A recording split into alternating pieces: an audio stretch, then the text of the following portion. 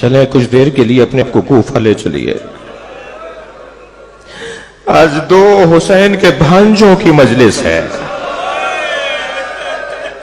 تھک کر نہیں روئیں گے اگر رونا آ رہا ہو. ایک بھائی کے لیے بڑا سخت ہوتا ہے جب بہن کے بچے مارے جا رہے ہو. اون و محمد کربلا میں مارے گئے. اللہ اکبر.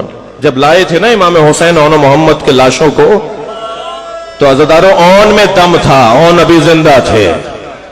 جب لا کر گنج شہیدہ میں ایک شہید ہو چکا ہے، ایک میں ابھی سانس باقی ہے. امام نے فرمایا بیویوں کو آواز دے کر کہا ان کی ماں کو بلا کے لاؤ، زینب کو لے کر آؤ. جناب زینب کو جب ڈھونڈا گیا تو زینب مل نہیں رہی تھی.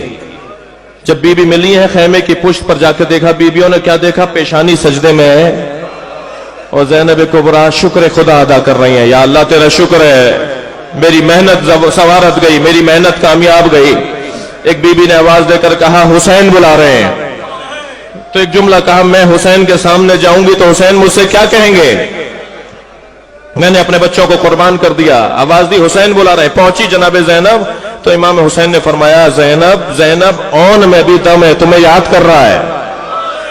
جناب زینب قریب گئیں اور جا کر اپنے بچے کو جب گود میں لیا ہے، اس کے سر کو گود میں لیا ہے، اس نے ننھے ننھے ہاتھوں کو بلند کر کے ماں کے گلے میں ڈالا. مجلس میں خواتین بھی بیٹھی ہیں نا، یہ ایک کم سن بچے کا ماں کے ساتھ یہی انداز ادا ہوتی ہے. اس نے اپنے دونوں ہاتھوں کو ماں کے گلے میں ڈال کر کہا حل وفیت امی، کیا ہم نے وفاداری کا حق ادا کر دیا؟ اے اماں آپ ہم سے راضی ہو؟ اور پھر فرمایا اماں جب مدینے جاؤ تو بابا کو سلام کہنا. اجرکم اللہ. یہ دو بھانجے ہیں امام حسین کے، اور دو بھانجے حضرت مسلم کے ساتھ کوفہ گئے ہیں. ایک کا نام محمد ہے، ایک کا نام ابراہیم ہے. دونوں شہزادے حضرت مسلم کی شہادت کے بعد زندان میں تھے. 1 سال تک زندہ رہے ہیں. آپ رو رہے ہیں؟ ماں کوفے سے گزر گئی، بچے کوفے کے زندان میں تھے. جب لٹکی ہوئی لاش کو مخاطب کر کے کہا ہے نا زوجہ مسلم نے، اے میرے والی میرے بچوں کا پتہ بتاؤ، تو اس وقت دونوں شہزادے زندہ تھے. میں آپ سے ایک سوال کرتا ہوں، آپ کا بچہ اگر ایک دن گم ہو جائے تو یہ ماں آپ کو جینے نہیں دیتی، میرے بچے کو لے کر آؤ. یہ جگہ جگہ جا کے فریادیں کرتی ہے میرا بچہ گم ہو گیا. سلام ہو مادر ابراہیم و محمد پر.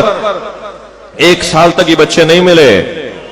جب زندان کا دربان ایک حبشی غلام آیا نا، تو حضرت محمد نے بڑے بھائی نے حبشی غلام سے کہا کہ تم بلال حبشی کے خاندان سے ہو؟ کانپ گیا، کہنے لگا تم بلال حبشی کو کیسے پہچانتے ہو؟ کہا وہ ہمارے نانا کا مؤذن تھا. کہنے لگے تم کس کے بچے ہو؟ وہ تو نبی مکرم محمد مصطفیٰ کا مؤذن تھا. کہا ہم انہی کے نواسے ہیں، ہم حسین کے بچے ہیں، ہم مسلم کے شہزادے ہیں. ہاتھ پیر کانپ گئے اس کے. اس نے ان بچوں کو آزاد کر دیا. دونوں بچے زندان سے نکلے، مگر عزاداروں انہیں کوفے کی گلیوں کا پتہ نہیں تھا. یہ کوفے کے رستوں سے آشنا نہیں تھے. ساری رات کوفے ہی کے اندر رہے اور دوسرے دن ان بچوں کو گرفتار کر لیا گیا. جب حارث لے کر چلا ہے نا انہیں فرات کے کنارے ذبح کرنے کے لیے، ادھر عبید اللہ ابن زیاد کی حکومت ہے. جب ان دونوں شہزادوں کے سر قلم کیے ہیں اور ننھے ننھے سر لا کر عبید اللہ کے سامنے رکھے، مجلس ختم کر رہا ہوں، تو عبید اللہ نے جب چادر ہٹائی ہے تو کھڑا ہو کر کہنے لگا اتنے چاند جیسے چہرے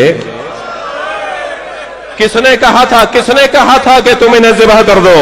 کتنے خوبصورت چہرے ہیں، کتنے حسین بچے ہیں، انہیں زندہ پکڑ کر لے کے آتے. میں مجلس ختم کر رہا ہوں. جو بچے دشمن کی نگاہوں میں حسین ہوں، جو بچے دشمن کی نگاہ میں چاند کے ٹکڑے ہوں، وہ ماں کی نگاہوں میں کتنے پیارے ہوں گے. اے میرے والی میرے بچوں کا پتہ بتا.